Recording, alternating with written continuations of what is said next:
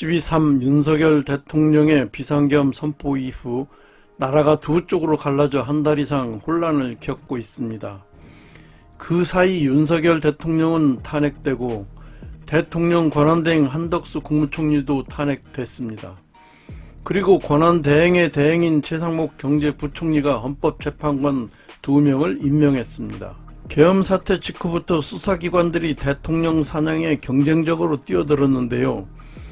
대통령이 파면되고 차기 정권으로 넘어갈 경우를 상정한 공적 다툼으로 비춰졌죠. 그러다 결국 공수처로 공이 넘어갔는데요. 문제는 공수처에 내란죄 수사권이 없다는 것이에요. 공수처가 생긴 이래 평소에도 제대로 수사를 잘 하지 못했다고 비판을 받아왔던 공수처가 결국 이를 저지르고 있습니다. 공수처 사건은 중앙지법 관할인데 공수처가 체포영장을 서부지법에서 2차례 발부받아서 대통령을 체포하겠다고 물리력을 행사하고 있다는 것입니다. 더구나 공수처가 서울 서부지법에 윤 대통령에 대한 체포영장을 청구하기 전 서울중앙지법 남천규 영장전담 판사와 사전 접촉해서 퇴짜를 맞았다는 의혹이 일고 있는데요. 이게 사실이라면 이는 명백한 판사 쇼핑이자 불법적인 영장 청구 행위로 간주해야 하죠. 공수처가 중앙지법에서 체포영장이 기각되자 서부지법과 짬짬이 해 편법으로 재청구했다는 얘기입니다. 수사권 없는 공수처의 불법영장 청구임은 물론 불법영장을 발부한 서부지법 판사의 공동 책임입니다. 공수처와 사법부가 각자의 권한을 남용하고 법적 절차를 왜곡한 중대한 사안입니다. 법의 지배는 모든 국가 운명의 기본 원칙인데요. 수사기관과 사법부가 이를 무시한다면 국민의 법적 안정성과 신뢰는 무너집니다.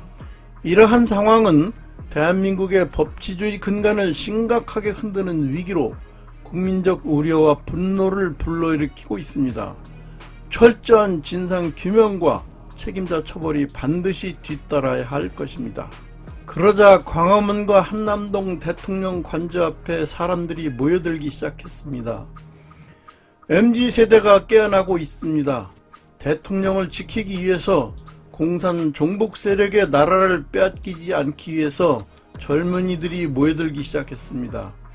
예전에는 정치에 관심이 없었는데 나라가 시끄럽다 보니까 도대체 왜 그런데 알아보기 시작하면서 처음엔 계엄이 잘못된 걸로 알았다. 그런데 알고 보니 탄핵을 밥 먹도록 하고 있는 거대 야당이 대통령이 계엄령을 선포하지 않을 수 없도록 했구나 깨달았다고 말합니다.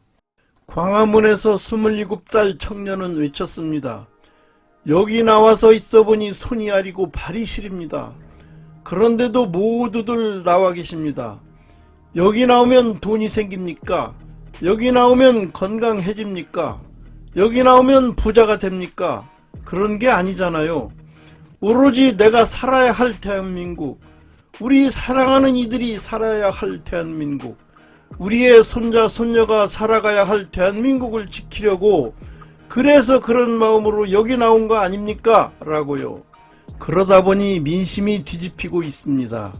탄핵 초기 17%까지 추락했던 윤석열 대통령의 지지율이 꾸준히 상승하여 기어코 45%대를 돌파했습니다. 특히 서울에서는 51.1%에 달했습니다. 탄핵 기각 여론 역시 서울에서 53.9%로 최고치를 기록했는데요. 덩달아 국민의힘 지지율도 민주당 지지율과 비슷하게 되었습니다. 대통령과 거리를 두던 국민의힘 국회의원들도 한남동으로 속속 모여들기 시작했습니다. 탄핵 이후 20대 청년들의 갓서결, 대서결 열풍이 불더니 이제는 전 세대로 지지율이 확산되고 있습니다. 멋지다, 박력있다, 속이 시원하다, 이번 기회에 이재명을 처단해달라, 주로 이런 내용인데요. 내란죄 없는 윤석열 탄핵은 불가하다, 형사처벌도 불가하기 때문이다 라는 것이죠. 오히려 이재명 심판론이 확산하고 있습니다. 계엄 선포 행위는 헌법 제70조 제1항에 따라 대통령의 고유 권한 행위입니다. 아무도 그 판단을 대신할 수 없습니다. 대통령은 재직 중 형사상 소추를 받지 않는 국가기관입니다. 그러나 처음부터 민주당에 의해 내란죄로 규정되어 국회에서 탄핵소추됐습니다. 문제는 탄핵소추 그 후 1년에 적법하지 못한 일들이 일어나고 있다는 것입니다. 많은 사람들은 이재명의 사법재판 일정 때문에 더불어민주당의 마음이 급해졌다고 믿고 있습니다. 탄핵 절차는 적법하게 진행돼야 합니다. 먼저 한덕수 대통령 권한대행에 대한 탄핵이 적법하게 이루어진 것이냐 하는 문제예요. 의결 정족수 151명 대 200명, 이에 대해서는 이미 국민의힘 의원들에 의해 권한대행의 심판과 효력정지 가처분 신청이 되어 있죠. 그러면 효력정지 가처분 여부부터 시급하게 심리를 해서 결론을 내려줘야 합니다. 한덕수 권한대행의 탄핵으로 대행의 대행이 된 최상목 기재부 장관이 헌법재판관 2명을 임명했는데요. 이것은 인사문제에 관해서는 본래 권한대행의 소극적 행위가 요구된다는 점을 어겼음을 차치하고라도 만일 한 권한대행의 권한대행의 심판이 인용된다면 새로 임명된 헌법재판관 2명은 정당성에 문제가 생기는 것입니다. 적법하지 않은 판사들에 의한 재판은 그 자체가 절대적 무효 사유로 형사소송법과 민사소송법에 규정되어 있어요. 헌법재판관 구성이 적법한지 여부에 대해서 먼저 판단해야 합니다. 이것이 해결되지 않고 대통령에 대한 탄핵 심판 절차가 들어간다면 재판부 구성에 대한 문제가 계속 남게 돼서 어떤 결론이 나오더라도 대다수 국민들이 승복할 수가 없을 것입니다. 재판 구성의 적법성은 선결 요건이 되지 않을 수 없습니다. 이재명의 민주당은 확실히 마음이 급한 것 같습니다. 지난 1월 3일 윤 대통령 탄핵심판 두 번째 변론 준비 기일에서 소추위원으로 나온 더불어민주당 정청래가 내란죄를 빼겠다라고 했는데요. 국민의힘에서는 형법 위반을 다투면 오래 걸리니까 빨리 탄핵시키기 위한 전략 아니냐고 반발했습니다. 특히 소추 사유를 변경하려면 국회 재의결을 거쳐야 한다고 지적하고 있죠. 먼저 민형사소송의 기본 원칙부터 살펴보면 민사소송에서는 당사자 간의 처분권 주의에 의해서 소를 정할 수 있는 범위를 늘리거나 줄이거나 소추인이 마음대로 정할 수 있습니다. 그러나 형사소송에서는 검사의 공소장 변경은 제한을 받는데요. 기초적 사실관계가 동일할 것을 전제로 해서 그 범위 내에서만 공소사실의 변경이 허용됩니다. 그것은 피고인의 방어권 보장을 위해서 그런 거죠. 예상하지 못한 공소사실을 변경하면 안 되도록 하고 있어요. 헌법적 탄핵 절차는 조금 더 엄격합니다. 왜냐하면 국민에 의해 직접 선출된 대통령을 탄핵하는 것이기 때문입니다. 그래서 가중의결 요건으로 재적의원 3분의 2 이상의 찬성을 요구하고 있습니다. 그래서 그 가중의결 요건을 통과한 소추 요건이 바뀐다면 당연히 새로 의결을 받아야 되는 것이죠. 그런데 하물며 헌법재판소에서 정당성이 없는 헌법재판관들이 파면까지 할 수 있다는 것은 중대한 사정이기 때문에 더욱 그렇습니다. 민주당에서는 탄핵소추서에서 형법상 내란죄 제명만 빼고 탄핵소추서에 있는 사실은 그대로 헌법 위반으로 다루는 것이기 때문에 문제가 없다고 주장하고 있는데요. 이에 대해 윤 대통령 측 윤곽근 변호사는 내란죄 철회는 80%에 해당하는 탄핵소추서 내용이 철회되는 것이라며 기존 탄핵소추 사유와 동일성이 인정되지 않는 중대한 변경으로 탄핵심판을 각하해야 한다고 주장했습니다. 전 한국헌법학회 부회장 이호선 국민대 법대 학장은 다음과 같이 설명합니다. 헌법재판소법 제40조 준용 규정에는 헌법재판을 하면서 탄핵심판은 형사소송법을 준용하도록 되어 있다.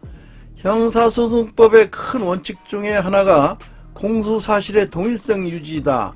그래야 피고인의 입장에서 예상치 못한 불이익을 입지 않는 것이다. 방어권 보장 차원에서 반드시 지켜져야 하는 것이다 라고 말입니다. 즉 탄핵 사유에서 내란죄를 빼면 통일성 유지 원칙을 위반함으로써 안고 없는 찐빵과 같다는 말이죠. 형사소송법 제298조 공소장의 변경에 있어서도 마찬가지입니다. 공수사실의 변경, 철회 등은 검사의 요청에 따라 판사가 허락하지만 판사도 멋대로 할 수 있는 것이 아니고 공수사실의 동일성이 유지되는 한도에서 허가해야 한다. 다시 말해 공수사실의 동일성이 유지되지 않으면 법원이 허가를 하고 싶어도 못한다는 것이다 라고 말이죠. 그러면 동일성 유지 원칙은 무엇인가요? 이에 대해서 이호선 헌법학자는 명쾌하게 설명하고 있습니다. 공소장은 검사가 쓰면 된다. 그러나 탄핵소추서는 나오는 과정이 다르다. 탄핵소추안이 먼저 국회에 제출되고 국회의원들이 이 탄핵소추안을 토대로 찬반 투표를 하게 된다. 탄핵소추안과 탄핵소추서는 구분된다. 또한 국회에서 의원들이 각자 판정을 내릴 때 그 기준은 탄핵소추안에 적시되고 첨부된 증거가 그대로 똑같이 탄핵소추서로 작성된다. 탄핵소추안을 토대로 판단하고 결정한 헌법당 국회의원들의 의사표시가 그대로 탄핵소추서로 옮겨져 헌재로 가게 되는 것이다 라고 말이죠. 그래서 지금 내란죄를 철회하고 헌재에 있는 탄핵소추서는 헌법상 요구되는 국회의원의 의사표시가 원천적으로 결여된 무효라고 말합니다. 헌재에는 아무런 탄핵소추가 없는 셈이라고 말이죠. 따라서 헌재가 새삼스레 뭘 주물럭거리고 할 아무런 권한도 없고 오직 할 것이라고는 각하하는 것뿐이랍니다. 지금 헌재가 탄핵심판을 계속 진행하겠다고 하는 것 자체가 헌법 위반입니다. 김정은 헌법재판소 사무처장이 1월 9일 국회에 나와 개헌 포구령이 현행 헌법에 부합하지 않는다고 했는데요.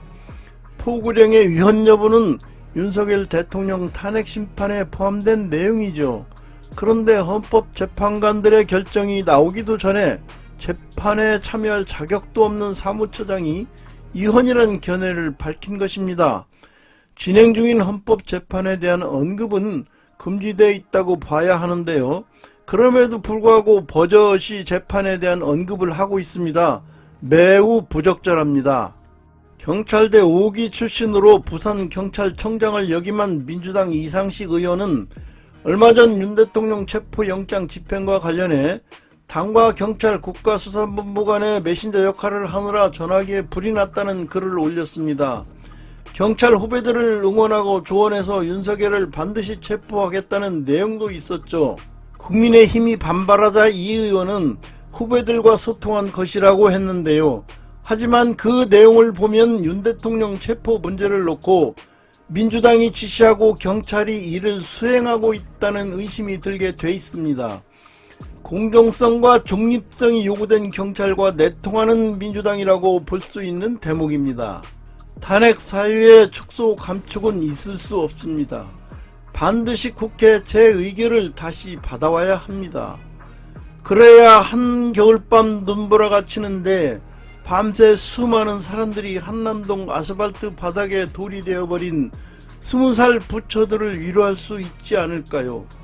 그래야 몸이 꽁꽁 얼어붙고 얼굴에 흰눈이 내리는데 그 예뻤던 눈이 눈물이 되어 뺨을 타고 흐르고 20살의 부처가 된 젊은이들의 내일이 오면 나를 일으켜줘 라고 외치는 절규를 기억하지 않을까요?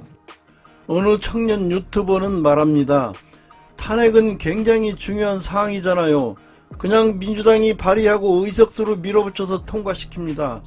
야구 빠따만 안 들었을 뿐이지 깡패 집단과 다를 게 뭐가 있습니까? 자유민주주의 아래 헌법 아래 살아야 그래도 기회가 있고 권리가 보장이 되는 겁니다. 세상에 공짜는 없어요. 저들이 퍼주기 정책에 돌아나면 앞으로 몇십 년은 당신이고 우리고 다 같이 멋될 수 있다고요.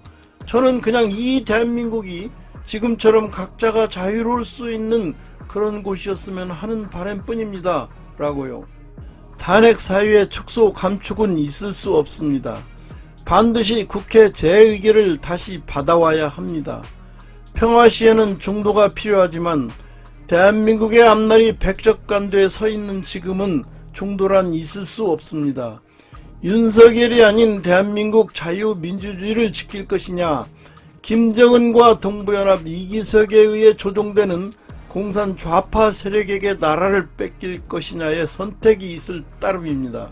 이상 깨어나고 있는 2030 MZ세대의 대한민국과 내란죄 뺀다면서 소추 사유는 변함없다는 야당에 대해 살펴봤습니다.